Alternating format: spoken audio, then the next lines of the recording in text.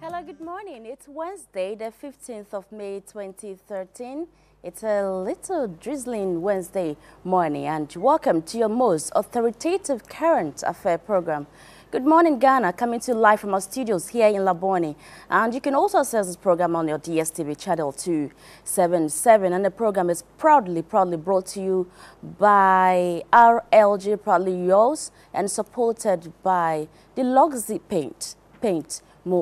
My name is Josephine Oppong-Yeboah, and of course I'm sitting in for Randy Abbey. I'll be taking you through some of the issues making headlines in the various newspapers, after which my guests are already seated, and then also we'll be doing some discussion. So beginning with a Daily Graphic front page story, Chachu Bawumia and crossfire during cross examination. Fighting menace of illegal mining, 5 arrested for operating near River Pratt, and President inaugurates committee to deal with problem. Ghanaian Times. President declares war on Galamseyers. Task force set up to arrest him. Bawumia Chachu warned, this isn't Bukom boxing arena. Come see the picture of Chachu Chikata and Dr. Mahmoud Bawumia.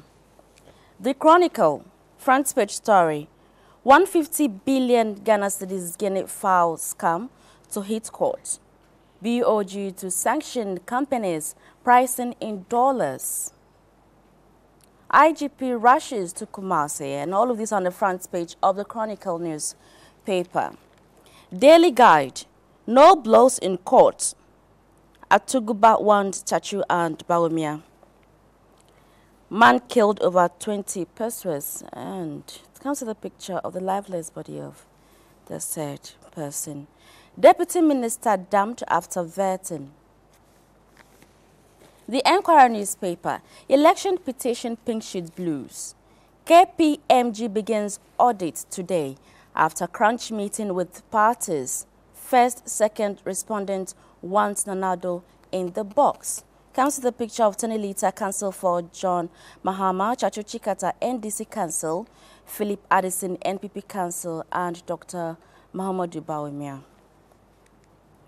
Government okays $25 million cashew processing project, which is going to create 2,000 jobs for the youth. Kantamanto Market, Bruhaha, government ready to review agreement. And all of this on the front page of the Enquirer newspaper. The New Crusading Guide, our next paper. Cross-examination blues. Bawumia punches Chachu, accuses him of hiding behind mislabeling to run away from truth. Arrest prosecutes illegal miners. President orders Galamsey task force. The Insight newspaper. Ministry in trouble, faces $3 billion lawsuit. Buziatu did it. So you can grab a copy of the Inside newspaper and read all of that story. The Daily Dispatch. There is no evidence President Mahama had a hand in my accident, says Bawumia. And it comes with a picture of Dr. Muhammadu Bawumia, President John Dramani Mahama, and Mr. Usu Efriye. The New Statesman. Finally, Chachu ends cross-examination today, and of course, Chachu Chikata is in his 9th day of cross-examination. It comes with the bold picture of Chachu Chikata. Daily Heritage, round 9 in witness box, blow fly in court. Election petition is a complete waste of time, said Sekou Nkrumah Galamsey at Kantamanto. Our next paper, Daily Democrat. DCOP Yawunu wants Accra too hot for criminals. So criminals, watch out. Sherry tolls NHIA facilities. And still on the front page of the Daily Democrat, have sex every day to keep doctors away. I see. The Ghanaian Observer, Bawumia dares Chachu, if you are not afraid of the truth, look at the analysis and point to double counting. Drama over Jake's letter at Supreme Court. Court is determining whether there were irregularities, not mislabeling Bawumia. Deport Chinese galamseyers, Mahama others. Ghana Palava. Deal with galamsey operators. President Mahama directs inter-ministerial committee. Is Bawumia dishonest and trying to mislead the court? It's a question. Daily Searchlight. Don't be a coward, Bawumia. There's Chachu. Confusion na aye basa. Confusion aye basa. Okay. Government to develop Kantamanto into railway terminal. Jifa at table. Minister for Transport is saying this, and it comes with their picture. Today newspaper. Mahama swerves Kantamanto traders as please beats and lock leaders, really. First National donates to matters, and all of this on the front page of the Today newspaper. The Moment. More brutal attacks on Chinese miners. Robbers in military uniform armed invade Jakubu. Tension at English amount from tenants forced to re-regularize land documents. Okay, so all of this on the front page of the Moment newspaper. Last but one newspaper, the Accra Times. Don't create Boko Haram for JM presidency. Namwale is saying this. Hot DCE chases chiefs to debunk story. NP comments NCE for cracking the whip. And I found a newspaper, The Finder. No money for roads. MMDC is told not to award contracts. All right. So all of these are the stories making headlines in the various newspapers. We're going for a short commercial break. When I return, I'll be introducing my guests to you, and then we'll start with the discussions. Don't go away.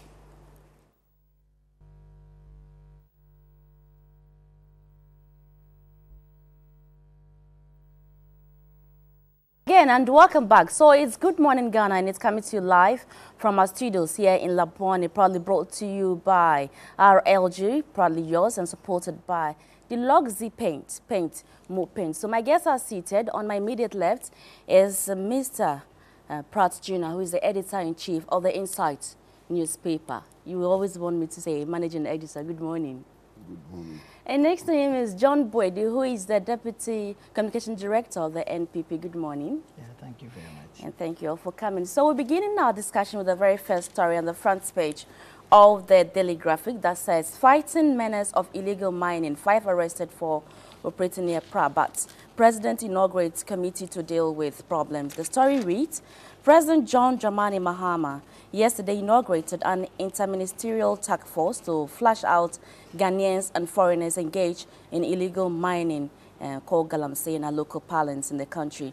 The 5-member task force will work in a coordinated manner with the military and the police to arrest and prosecute Ghanaians and foreigners engaged in illegal mining. The interministerial task force on illegal, the story continues on page 17. Small and scale mining is chaired by the Minister of Lands and Natural Resources, Alhaji Inus Husseini, with the Minister of the Interior, Mr. Kwesi, the Minister of Defense, Mr. Oppong-Yeboah, and the Minister of Foreign Affairs and Regional Integration, Ms. Anatete, and the Minister of Environment, Science, Technology and Innovation, Dr. Joe Oppong-Yeboah as members. The task force is mandated to ensure that laws on small-scale mining are fully enforced and seized all equipment used by those who fail to comply with new directives on obtaining or renewing their licenses. It also to empower and arrest and prosecute anybody, both Ghanaians and non-Ghanaians, involved in small-scale illegal mining and deport all non-Ghanaians involved in small-scale mining. The task force is also mandated to revoke the licenses of Ghanaians who have subleased their concessions to non-Ghanaians against the rules and revoke the licenses of Ghanaians who have engaged the services of non-Ghanaian miners in the small-scale mining sectors in ways that are contrary to the rules. It also charges to hold metropolitan, municipal and district chief executives and their respective district security committees accountable for any illegal mining activity in their areas of jurisdiction. And as we all know, the situation of illegal miners in this country, foreigners invading our lands and all of that, has become an issue of the day. And beginning with you, Mr. Pratt, do you think this committee is going to make sure that situations are kept? Well, first of all, the story confuses. How? Illegal mining and small-scale mining. There is some small-scale mining which is absolutely legal and permitted. So if you read the story along the line, it begins to talk about small-scale mining as if that were the problem. That is not the problem. Even with illegal mining, I do not think that illegal mining is the problem. The problem with mining is much, much bigger than galamsey and so on. Even the big multinational corporations engaged in mining are engaged in practices which are not healthy for the environment, which are not healthy for the communities in which they operate. There is also the issue as to whether we are getting, what is due us as a nation. I mean, and I've been speaking about this for years. We are getting less than 5% of the total value of gold, which is exported from this country, and that is clearly unacceptable. There are issues about cyanide poisoning, the levels of arsenic in mining communities, the pollution of rivers and water bodies leading to the death of fish stock and so on. You understand? All of these are major issues. Now, this over-concentration on galamsey begs the issue, and I'm not too satisfied about the effort of the state to just weed out, galamseyers and, not paying much attention to all the other problems in the mining sector. You understand? Again, a certain impression is created that galamsey is virtually a Chinese enterprise. It's not true. There are all kinds of nationalities involved in galamsey.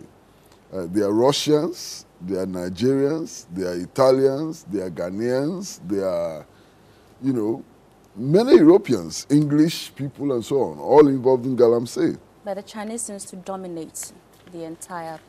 The Chinese dominate the world. They are a quarter of the world's population. They dominate the world. They are a quarter of the world's population.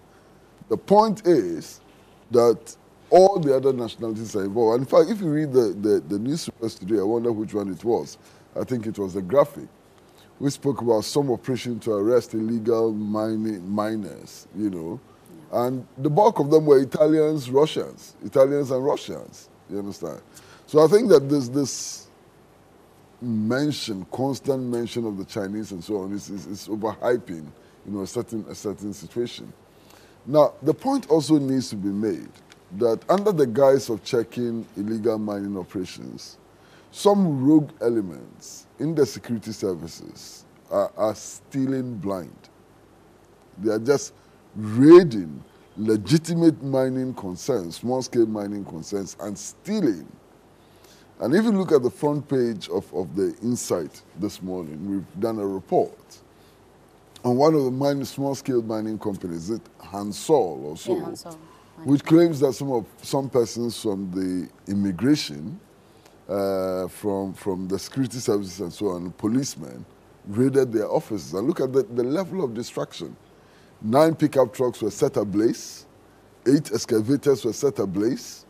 They allegedly stole 9 kilos of gold and so on, plus cash and so on. If these allegations are true, they need to be properly investigated. Because some of these Ghanaian mining companies are operating legally. And like all the other mining concerns, they need some protection. Now, I've had the opportunity of looking at reports which have been prepared by the Third World Network, which has been very interested in mining. I've also looked at some of the reports and documentaries prepared by Wakam, you know, and others. And the situation with mining, especially gold mining, is extremely worrying. And we need to take some measures, you know, to correct the situation. I've often spoken about the fact that what we're getting from mining as a country is far less than the turnover of bushmeat trade in this country. That should be worrying for everybody, you know. And I'm not too happy with the focus on just Galamsey. The problem is much bigger, and government respond to the problems of mining and so on ought to be broader than it is. The focus is too narrow, and I'm not happy with it. Okay, now illegal mining has become a very worrying situation in our country, resulting in murders and what have you, Honorable John Buadu, your take on the subject. Yeah, thank you very much. I think that some of us, like Kwesi has alluded to, and most often for some of us who almost always contribute on these current affairs, find ourselves in a very difficult situation by coming back to discuss almost the same thing almost all the time. You understand? Because if you look at this team put together, it's talking about those who don't have license should be weeded out. Those who have not renewed their licenses should be regulated. Those who have it, the need for compliance to whatever regime that controls the mining sector or the Galamsey sector. I think that, do we have to sit down and wait for these infractions to be done before we are told of a ministerial or interministerial committee put together to look at it? If you don't have license, you don't have license. You understand? This question about our fixation, especially with our tagging of Chinese people taking, I think that it doesn't matter. It's a question of whether our laws are being respected and whether or not those who are responsible to ensure that our laws are respected are doing their work. You understand? Look, I don't know what is prompting this, and I want to believe that the president putting together this committee is aware of the larger problem that exists in our mining communities. To what extent, if this goes on, and I'm happy Kwesi raised a lot of issues about indiscriminate or sometimes targeted raiding of people engaged in it, not taking into cognizance whether they have license or not, you understand? So it is important we look at, because it is so disgraceful for us to see. There was this raid in Obuasi, for instance, where security agencies were caught on tape, stealing virtually some gold and money and all that. I don't know to what extent that has been dealt with. You understand? So it gives very, very wrong impression about what really it is that we are looking for.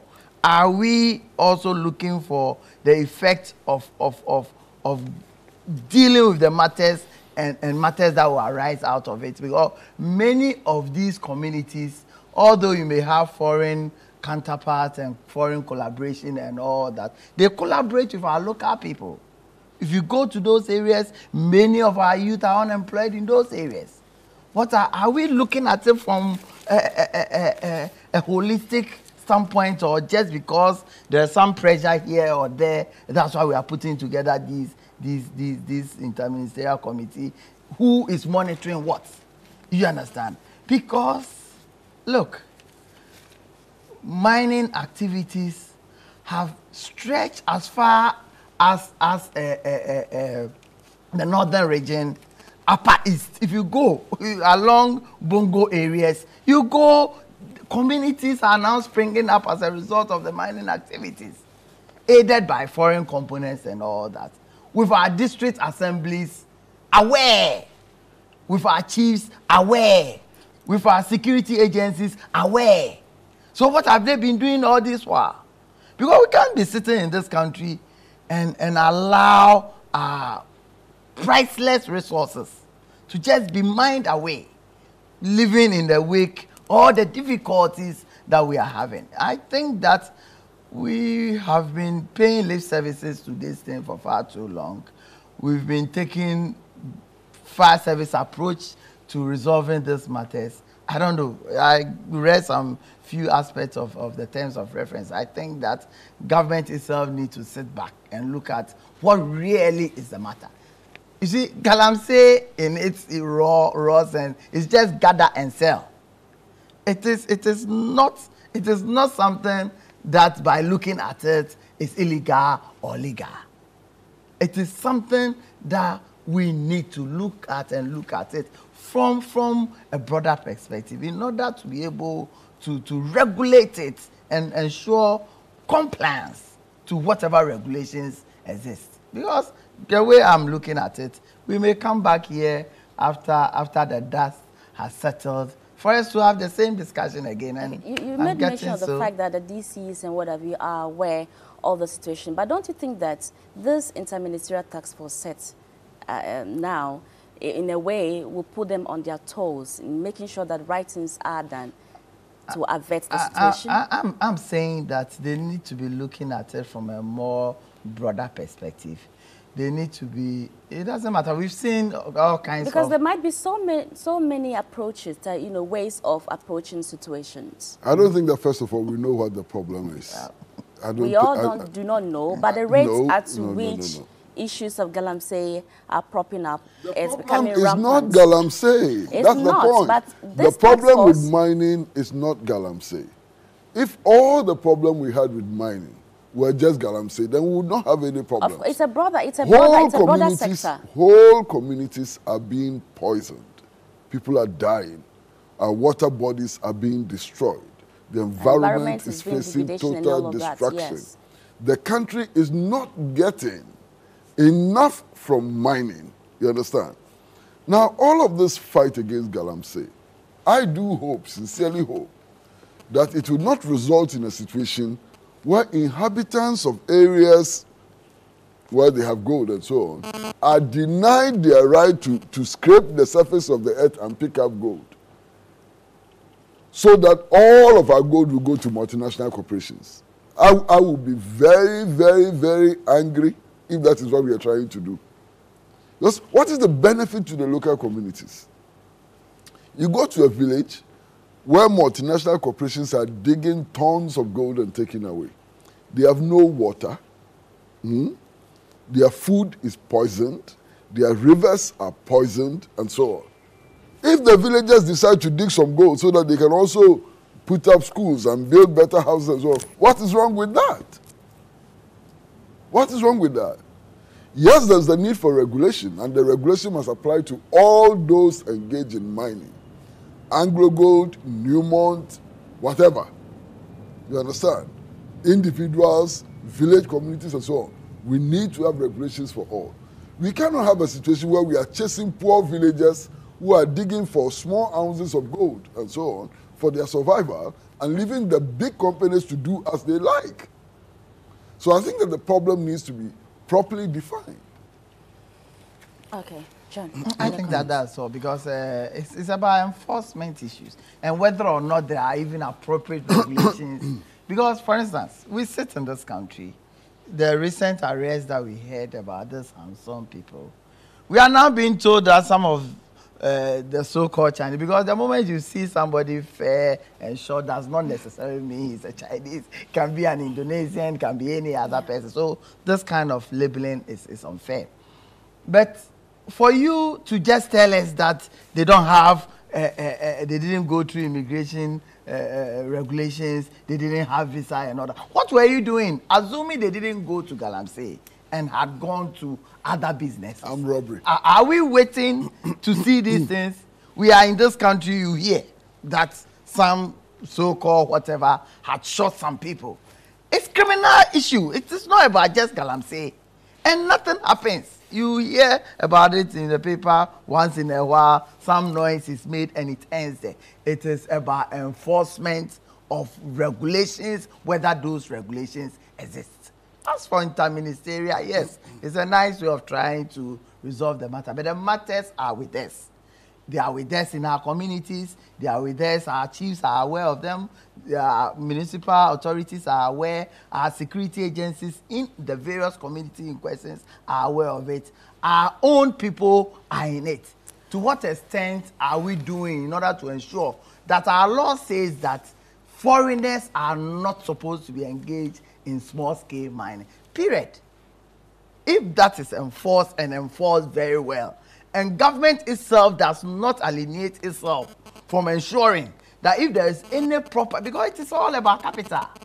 What is government itself doing to ensure that the local communities, if that's what the target is empowered enough to be able to take hold of managing their own affairs and ensuring that the gold that God in its own wisdom put here is utilized by us? If not, and it's just a question of flashing them out, we've seen it more and more, and we'll end up creating jobs for other people rather. Okay, as a Kwesi. matter of fact, you know, we've all heard the allegations about big people who are engaged in illegal gold and diamond mining. All of us have heard those allegations. We've heard allegations of chiefs being involved. We've heard allegations of priests being involved and so on. You understand? Now, if it's the same big people who are involved in it and so on, why do they bother us with the noises? If they are the people involved, why are they bothering us with the noises? And then I'm going to say something but I say it nonetheless. I've been following these developments over a period of time.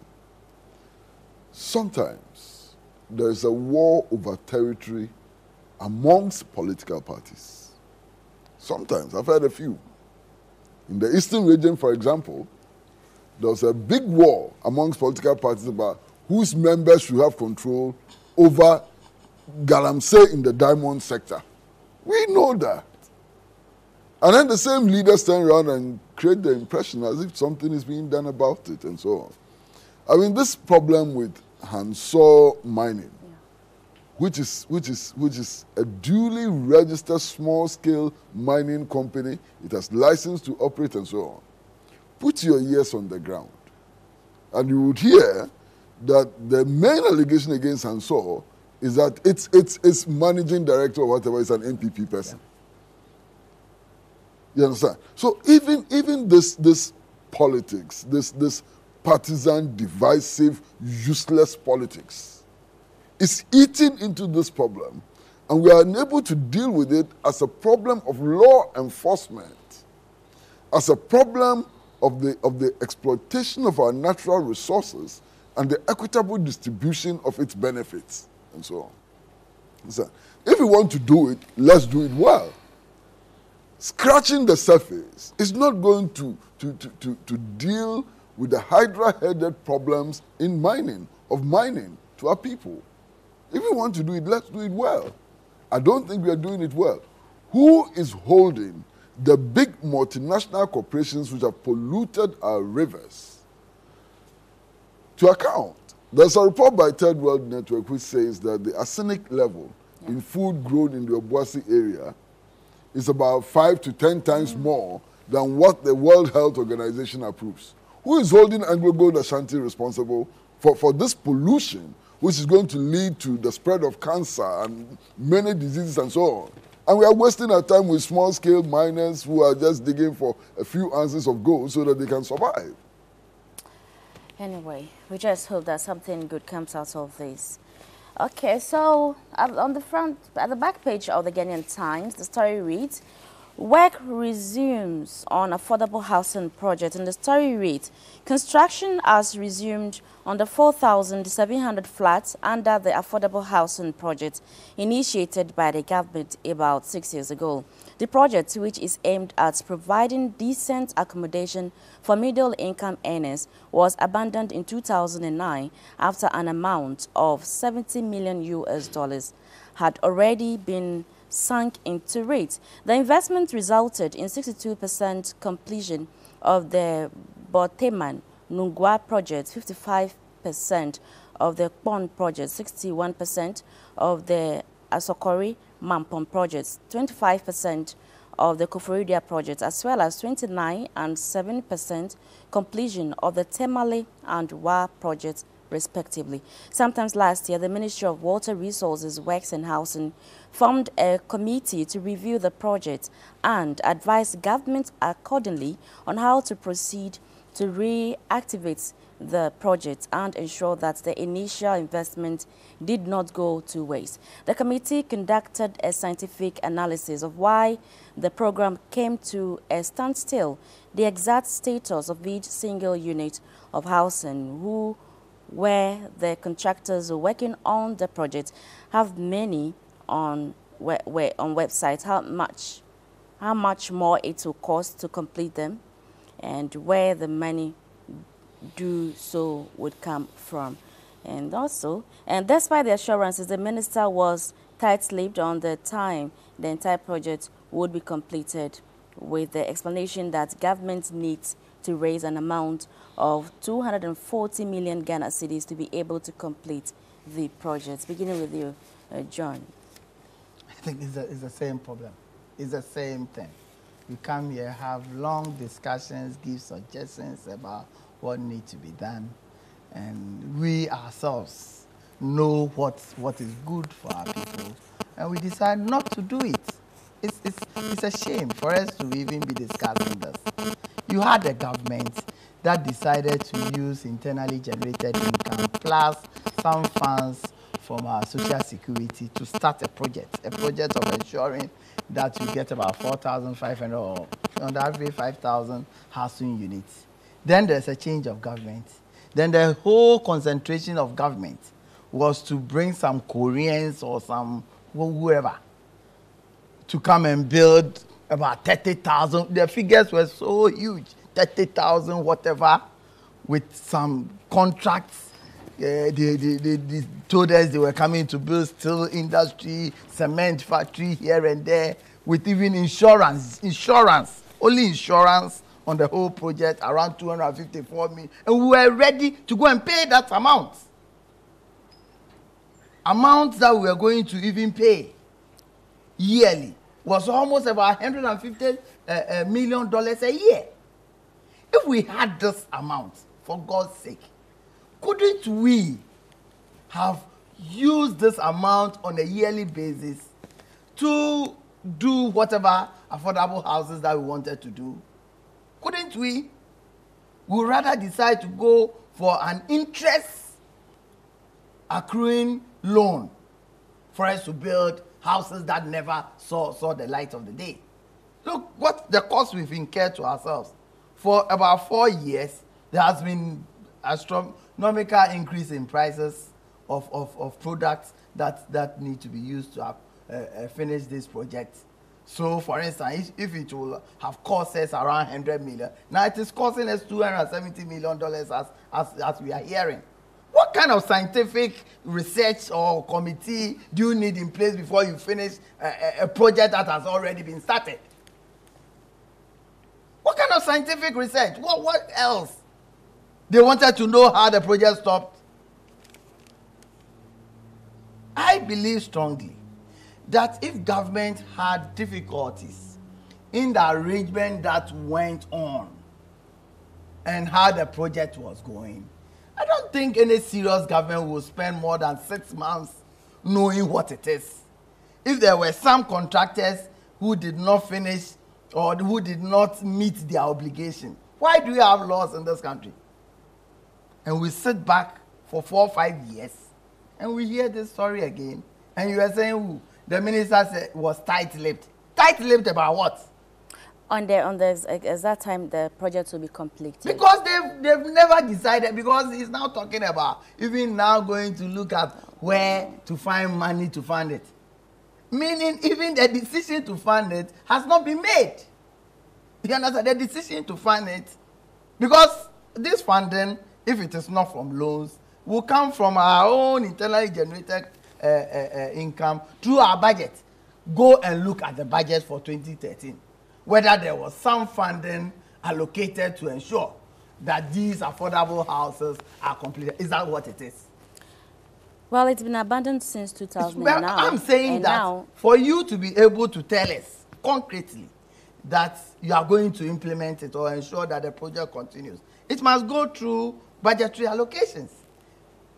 Do we have that in our budget?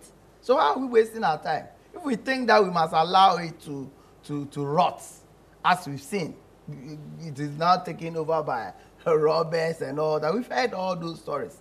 Look at just this job 600 thing that we've been talking about almost all the time.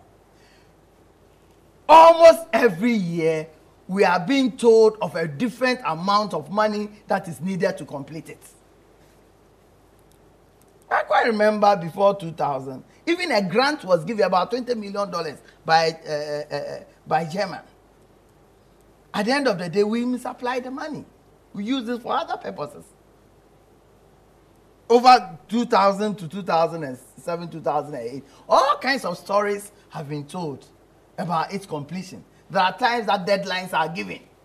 Just last year, deadline was given to complete this job 600 around December. But it's in its final They extended stage a final stage. You read yesterday, one of the papers was talking about the need for us to raise additional $27 million to complete it.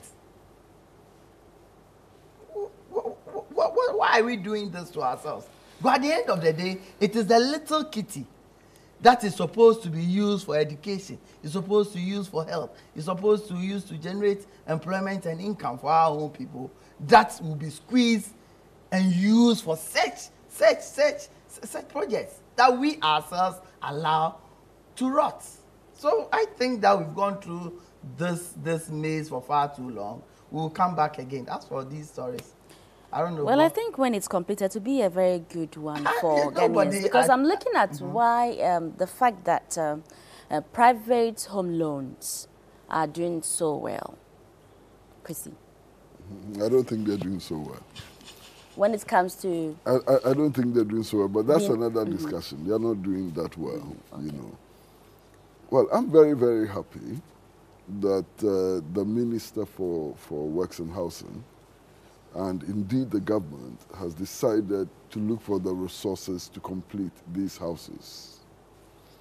Now, in reading the story, I'm seeing a figure for the first time. I mean, all along, we've all come to accept that the national housing deficit is 1 million. In this story, the national housing deficit is put at 1.7 million. I don't know when the increase occurred or where this new figure is coming from. But be that as it may, even if it were 1 million, that would be a huge deficit which needs to be filled. And I do believe that the completion of these houses will reduce the national housing deficit somewhat. It may not be that significant, but there will still be a reduction which will be important. So the decision to complete these buildings is absolutely, you know, important, it's necessary, it's healthy, and so on. Now, I'm particularly happy that the government has decided to complete this project because of our history. Look, there were projects which were abandoned on February 24, 1966, which remained abandoned up till today. So there's a long history of governments abandoning projects and not doing anything about it. And if this government, and I want to believe that this is a continuation of the Mills administration, if this government, after 5 years, has decided to conclude a project which was led by its predecessor, I'm so happy that it has happened. And I think that we need to encourage the government to do it. Now, there's the issue of resources, and I've heard two figures, actually. Yesterday, when I was watching your news, this station's news, the news was that we needed 250 million Ghana cedis to complete the project. Now, reading the story today, we are told that we need 240. There's a difference of 10 million Ghana cedis. It may not be that significant, but there are others who are talking about $270 million and so on. Whatever it is, even if it's 240 million Ghana cedis, that's a lot of money. Given the deficit in the national budget, given all the problems which need solution and so on, it's a lot of money. And I do hope that we'll find that money to be able to complete this project. Now, my brother here raised an issue about where the money is going to come from, given the fact that it has not been budgeted for. Yesterday, I listened to the minister very closely, and I thought that I heard the minister saying that he was going to, or they were going to try and attract some money from the private sector. That would be a good development if the projects can be completed and if the project will not be left to waste. Again, like mining, I think we need to understand the problem in its broadest possible perspective. If you travel around this country, you find people living in mud houses, roofed by thatch, without windows and without doors. You understand? That's a huge problem. Improving the quality of housing throughout the country is a major, major problem. And the construction of these blocks of flats for the urbanite, elite or middle class and so on, it's good. It helps address some of the problems. But what about the people who live in rural communities who are still living in mud houses, roofed by thatch, without windows and without doors? What are we doing about that too? So I think we need to take a comprehensive view. Now, when we talk about the housing deficit and peg it at 1 million houses or 1.7 and so on, what does it really mean? Are we counting those who are living in kiosks and so on as people who are housed? Or are we counting them as homeless and so on? We need to get these definitions in order to get the full dimensions of the problem of housing. You understand? Now, if you're talking about housing, I think we are also essentially talking about utilities. You cannot be talking about houses as just shells. There are things that need to go with housing. And I've seen a project which on paper is fantastic, somewhere in Lashibi, where a new village, completely new village, city actually, a new city is being constructed. It's called the Alphabet City. I don't know if you heard about it. I think it's a joint venture with the Ghana Post Company and so on, Alphabet City. And they are putting up 18-story buildings. They're putting about 60 or more of those 18-story buildings, flats, with shopping malls and all of that. Now, if you are going to live on the 18th floor, and in fact, on top of the 18th floor, there's a penthouse, how are you going to get to the 19th floor, which is the penthouse? Obviously, you're going to have to use a lift. There have to be lifts in these buildings and so on. If you have the kind of electricity crisis we have here, those projects ab initio have major problems. Because people cannot climb up to the 19th floor and the 18th floor and so on.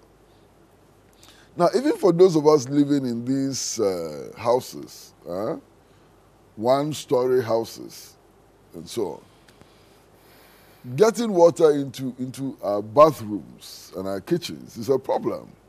So if you have somebody living on the 19th floor with these acute water problems we have, how do they get water up on the 19th floor? So all of these are challenges that the housing industry is facing and that need to be addressed. Water, electricity, and so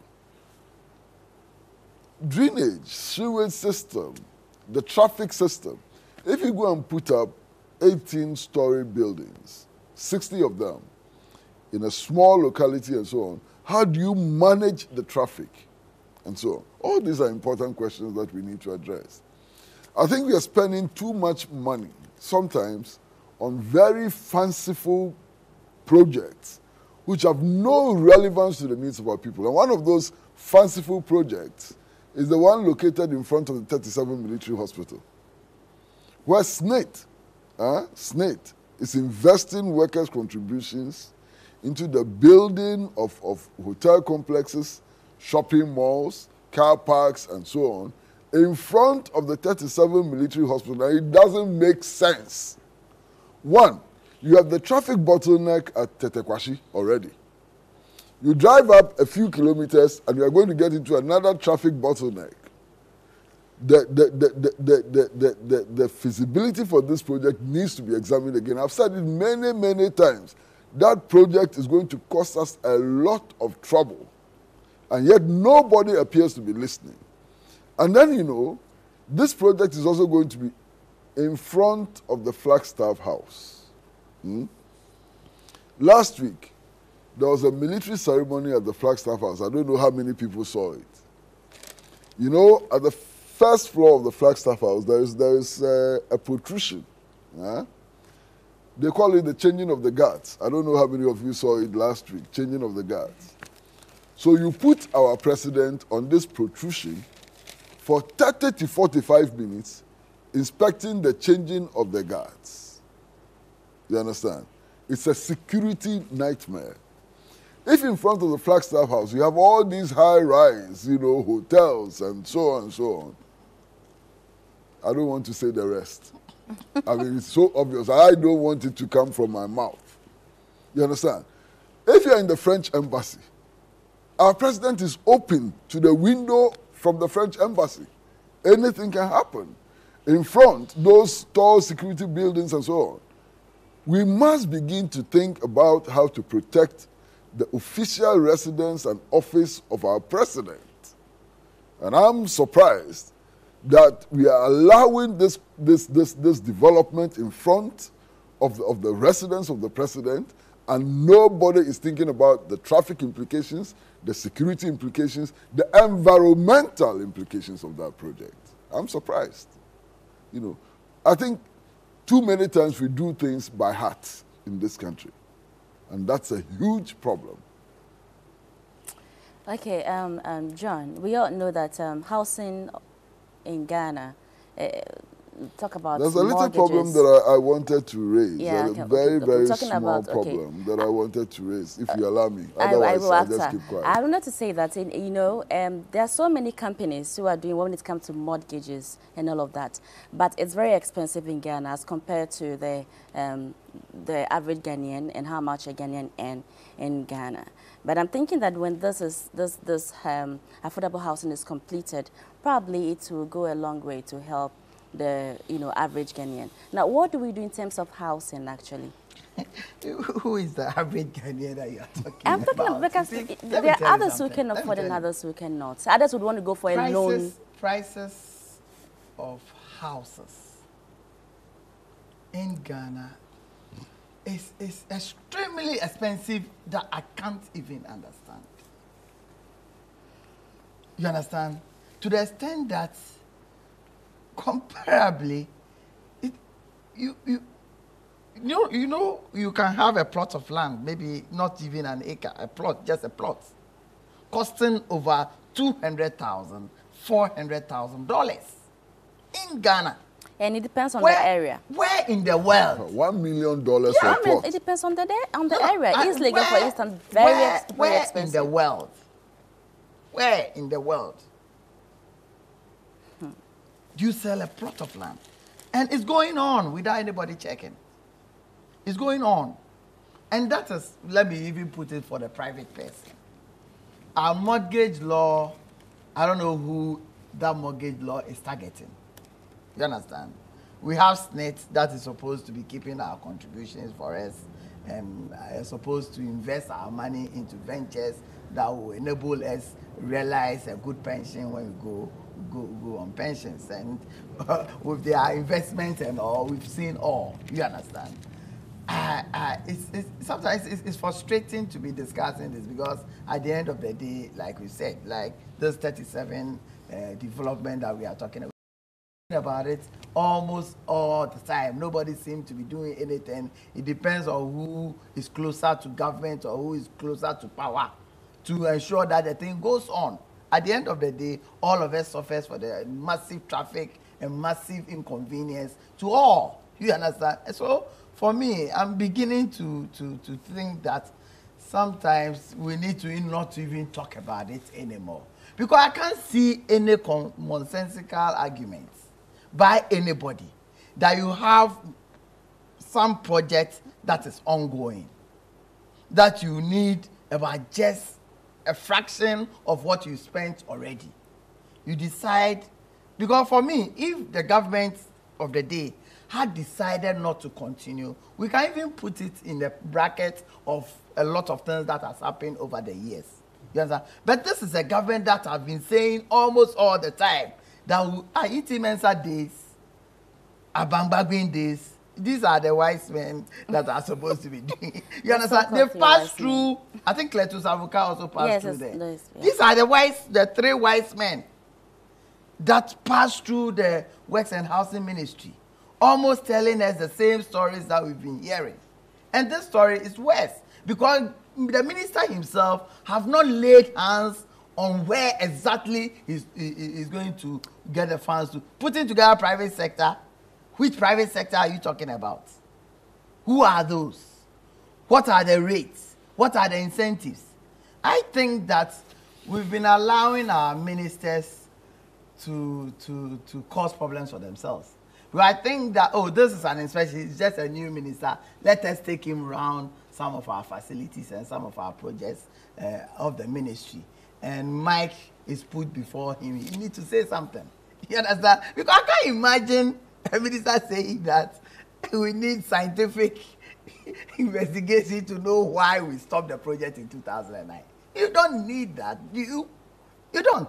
You understand? So for me, I think that if we are going to allow ourselves to be run in this way, we'll end up coming back to almost the same problem all the time.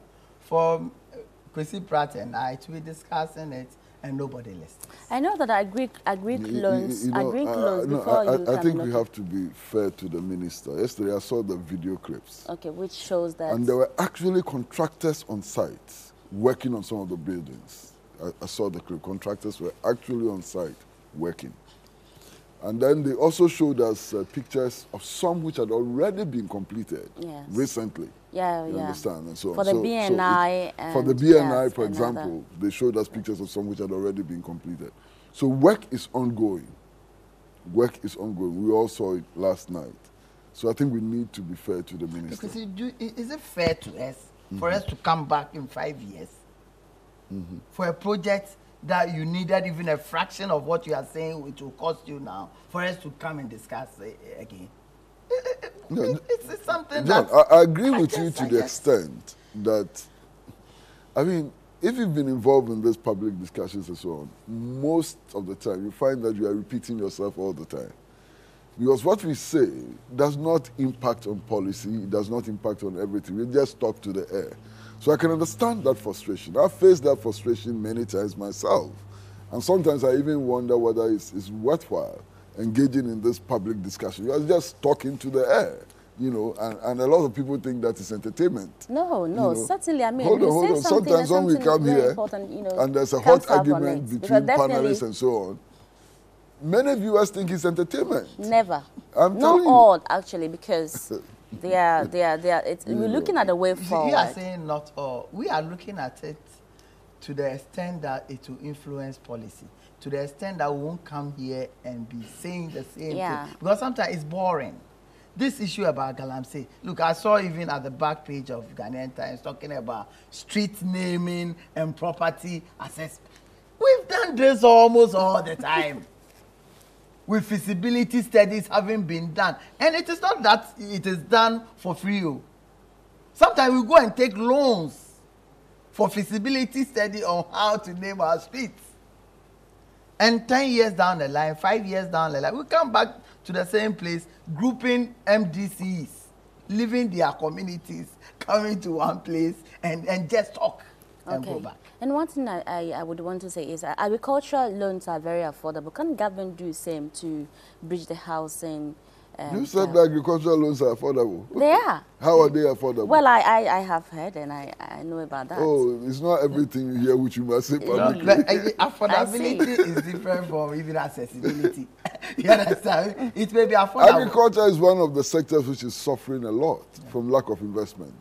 You know. That we know, but at least they make provisions for loans for workers and all of that. Look, people who are engaged in second-hand trading get a lot more credit from the banks than agriculture. If you like, go and check. All right, so we're going for a short breather. When we return, the program continues. Don't go away.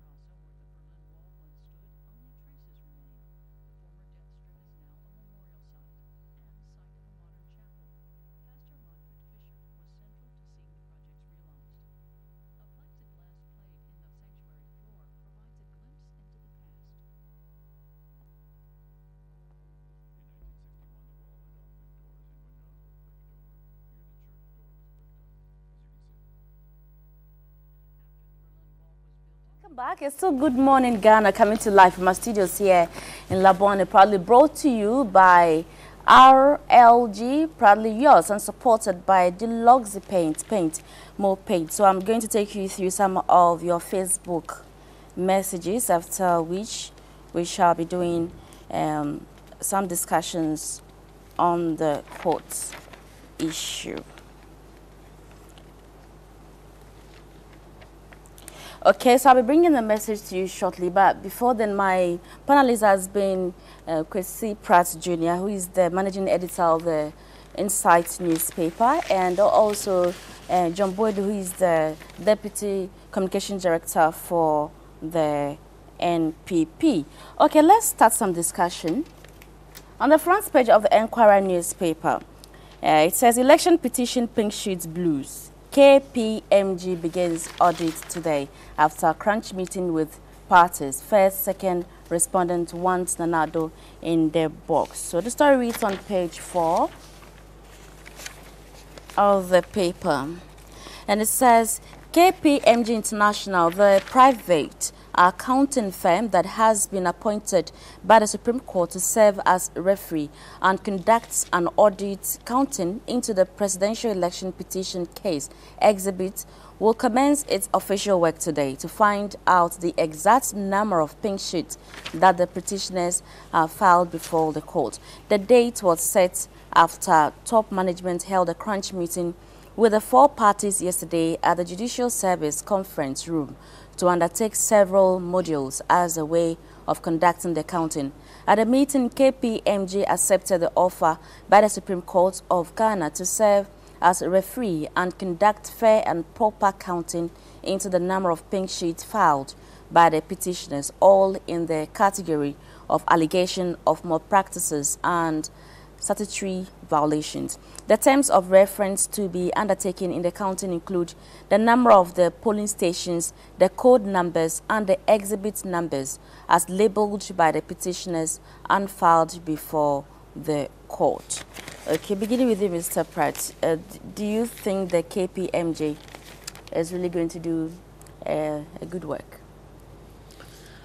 Well, all the parties to the litigation have approved the KPMG. I mean, who am I to say that it's going to do a good work or a bad job when all the parties, you know, in the litigation and the court have decided that it should be KPMG? This, as far as I'm concerned, is not a big deal.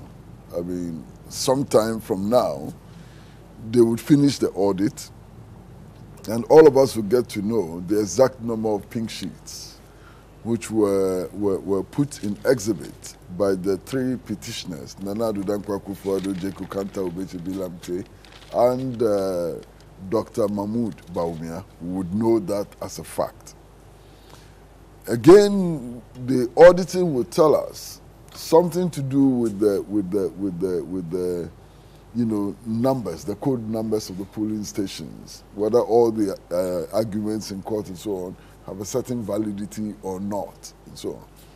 It will help the court actually come to a speedy determination of the matters before it.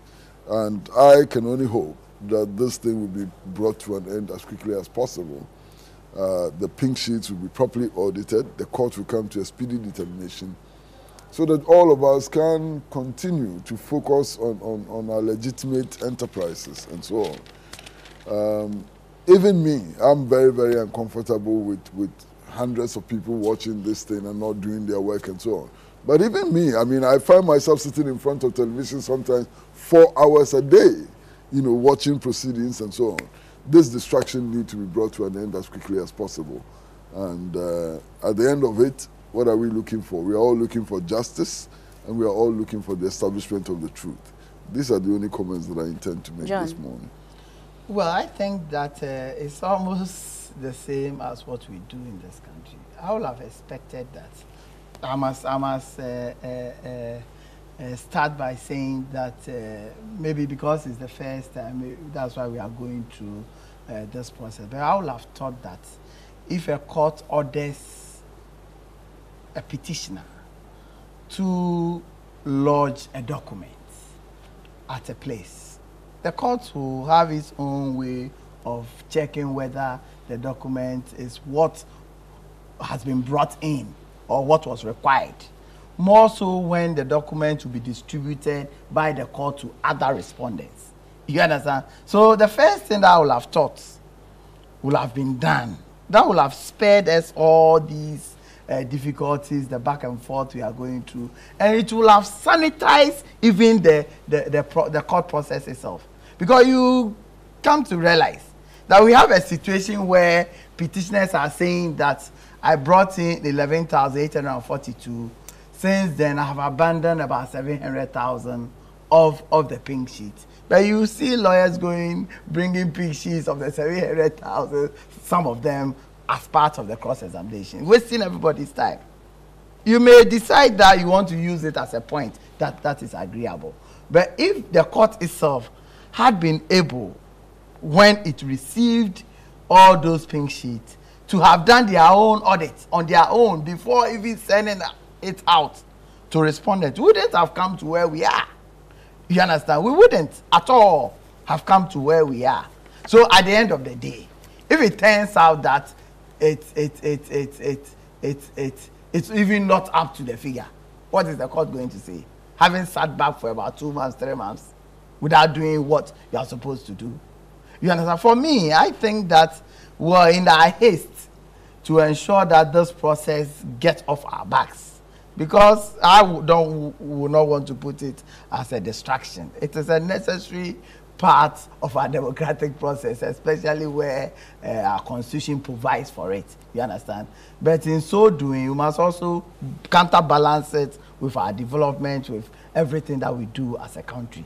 You understand? So I think that I'm happy, first of all, that almost all the parties have agreed for such audit to be done, especially where now categorization of the various irregularities are going to be done for us to know the numbers as per the categories. The case itself have not started though. Because you know what will happen? If after all these cross-examination and all the re-examination, counter pushing of your case, cross-examination by petitioners and all, the court is going to look at the merit of even the categorization in the first place. But the cross-examination and everything is the beginning of the process. Well, it is the beginning. I'm saying that the main diff, you understand? Because even the categorization that will be done, there wouldn't be content analysis of what actually is on the pin sheets. You understand? As to whether or not, because we've seen situations where even counsel and even the witness are not agreeing on specific things on the pink sheet. Things relating to, let's say, overvoting.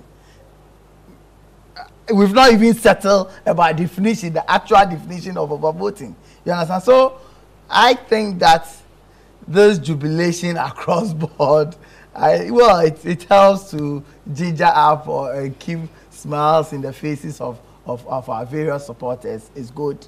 But nobody should think that this case has even in terms of its meat itself, had even started. For me, I think it's okay. Rest of the various parties are to be involved. And I think that our national security must be careful and avoid some of these unnecessary controversies that is set for itself. It must avoid it. Because one, a court has taken a decision. To the extent that the court realizes the interests of various political or various parties in the case, have decided that various parties should even have rep.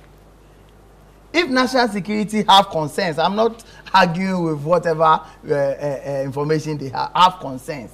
I would have thought that the proper thing to have done was even to get in touch with the various parties in question, because you are going to take custody or protect the custody of something that it is in contention. You understand? So various parties should have even been told that this is what I want to do.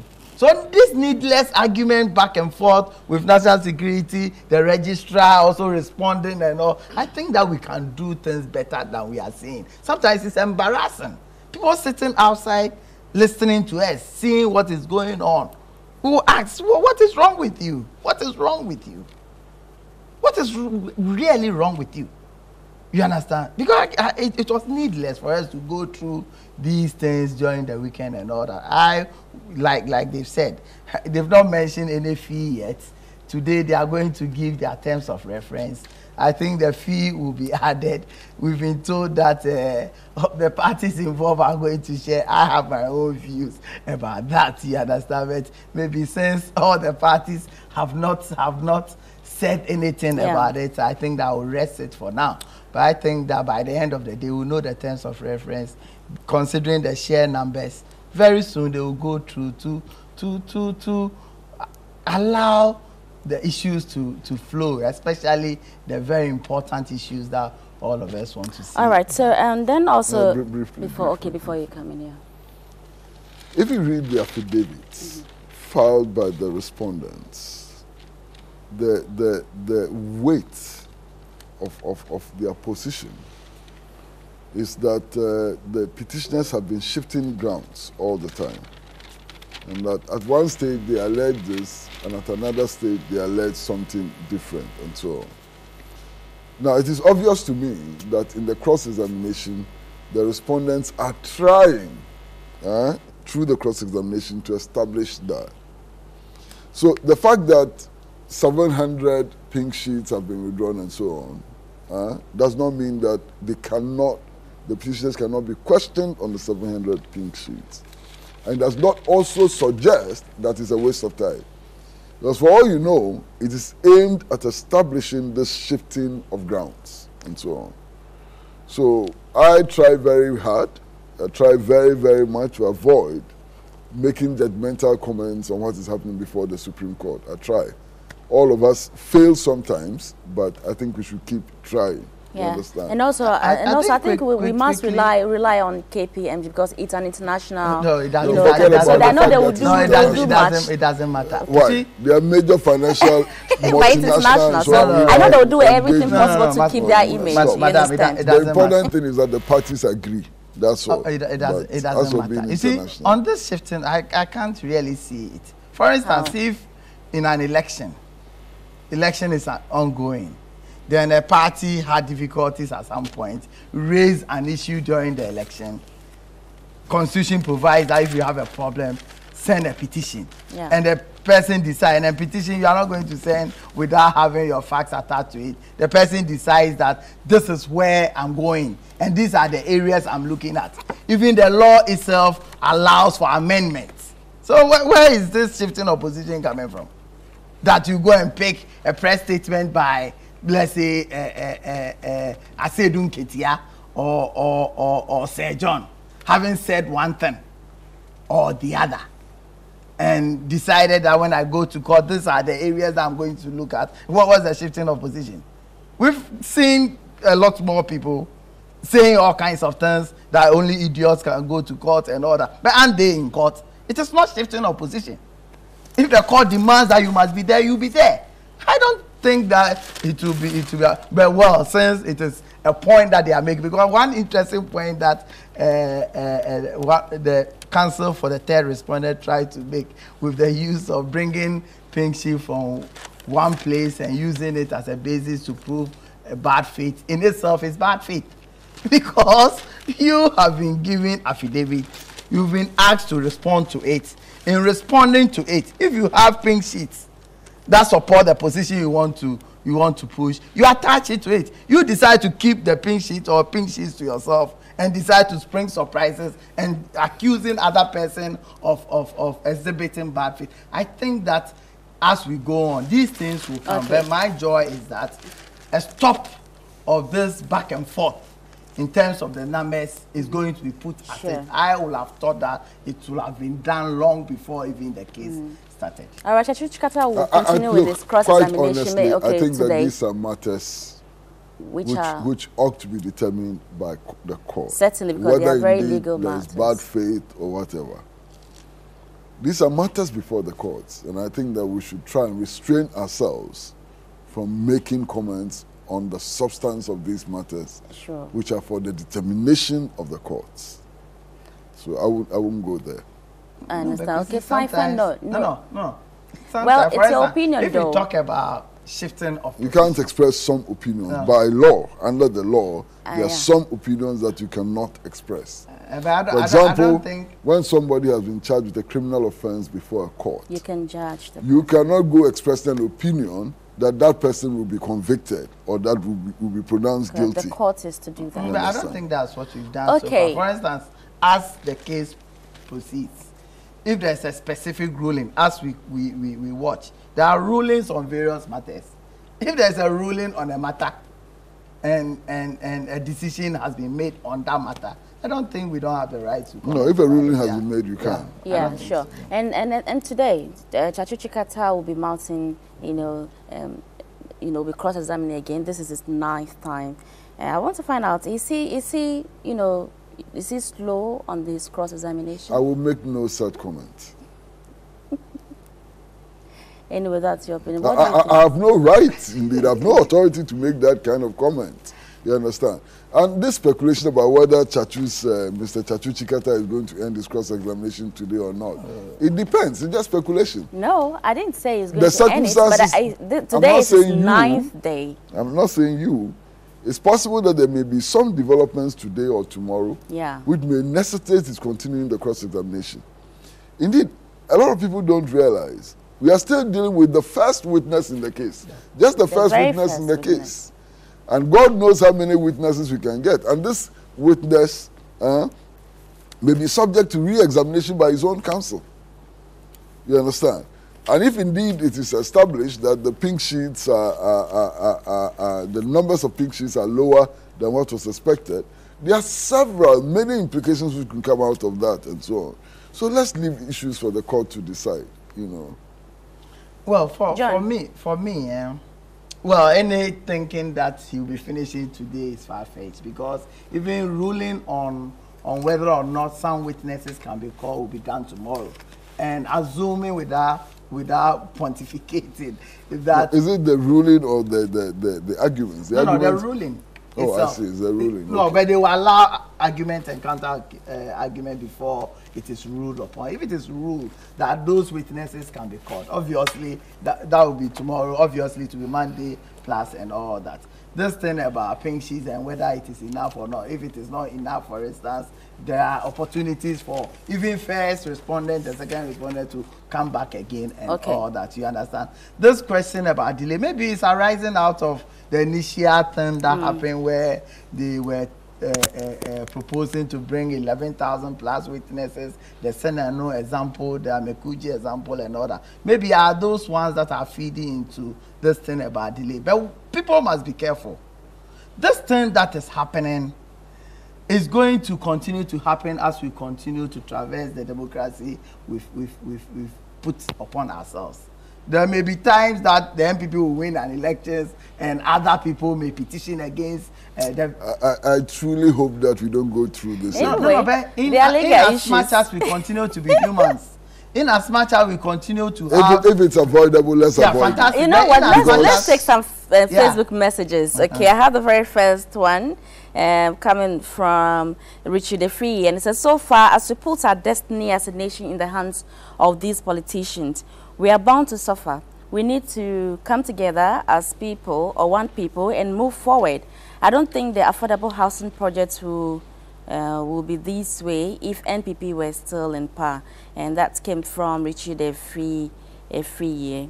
And another one from Hadi Ahmed. He says, His Excellency President John Dramani Mahama is very much on course and focused on executing the Better Ghana agenda, and is paying no attention to all the noise and lies that is being made by John Buadu and his national Patapa party, really. God bless our homeland Ghana and make our humble president and his vice great and strong. Hadid Pig Farm. Okay. Okay, another one says, okay, I think that'll be all for now. Now, a very quick one, then we can just start wrapping up. On the front page of the Chronicle, it says, BOG to sanction companies pricing in dollars. And the story reads, it says, institutions and companies pricing in dollars without the approval of the Bank of Ghana, BOG, would be sanctioned by the banking and financial sector regular. This follows recent reports that most businesses operating in Ghana, particularly hotels, have been charging dollars over the years, which further fueled the dollarization of the Ghanaian economy. According to economics, dollarization occurs when the inhabitants of a country use foreign currency in parallel to or instead of the domestic currency as a store of value, unit of account, and or medium of exchange within the domestic economy. Beginning with you, Mr. Pratt. It's a common thing happening here in Ghana. When the KPMG was asked to audit the pink sheets, the first cost that I saw was in dollars. You know, people quoting $100,000 and so on. I mean, look, this is not allowed anywhere. I mean, I've told the story. I was in Algeria. I was actually coming from Tindouf, and I got to Algeria. I got to Algiers, and I was so hungry I wanted to eat. I went to several restaurants. It was a Sunday too. I couldn't change money. Because I wasn't carrying the Algerian currency, I couldn't eat. You understand? You can't buy anything in Algiers with dollars or pounds. You have to have the Algerian currency. Unfortunately for us, even official business is done in dollars in this country, and so on. And I agree with the Bank of Ghana, we need to take some measures to ensure that the cedi truly becomes the only legal tender, you know, for businesses and so on. You know, there are boutiques here. You go there and everything is priced in dollars. The cedi doesn't exist. Not too long ago, I think it was Randy Abe who was also telling me about a restaurant in Accra where the prices are actually in dollars. You know, so this is sickening. I think that we need to take some action to restore the dignity of our national currency and to also restore the value of our national currency. All of this, in many ways, undermine the value of our national currency. And I'm appalled by this completely. It's a even rent is being charged in dollars. Yes. You know, it's a common phenomenon. Even at certain salons, you go there and they price you or they charge you in dollars, and then they convert it. Yeah, that's how far it is. Yes, they to convert make your hair, it. Yes, like the one you're wearing. Oh, naturally, I think there are some certain. I don't want to mention names though, but they convert it into cedis. Yeah, converted into cedis for what? You see, government itself. If government want to talk about its reserves, what amount does they normally quote in dollars? Import duties, it is indexed to dollar. So you end up seeing that import duty has not been increased in cedi terms, but because the cedi has fallen in relation to the dollar, your import duty had gone up. So government itself, if it is not like what we've been going through, statements and mics being put before a minister and an official, and it just makes the statement.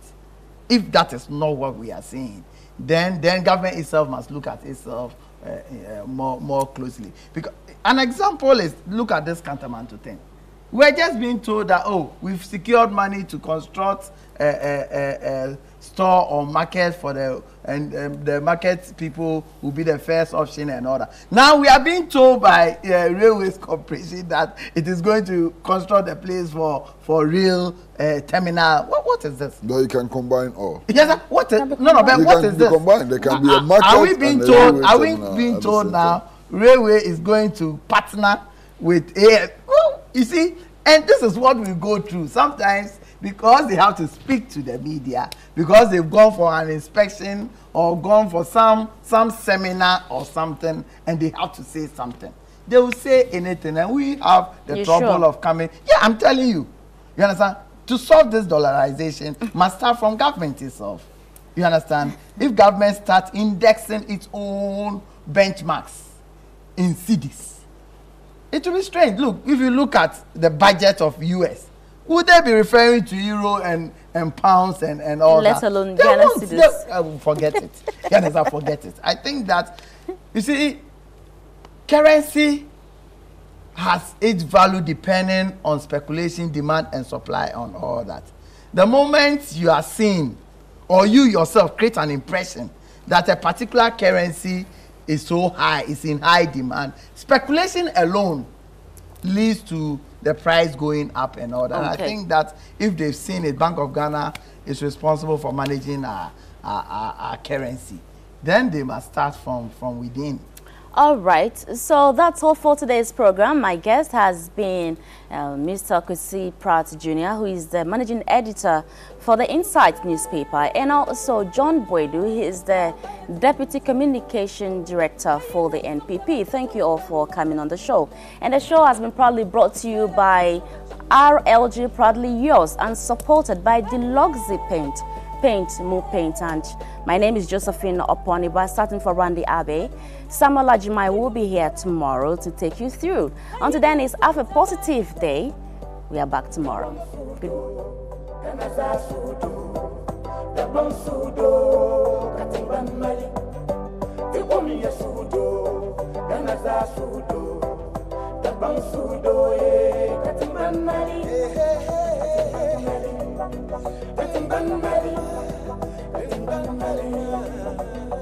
Good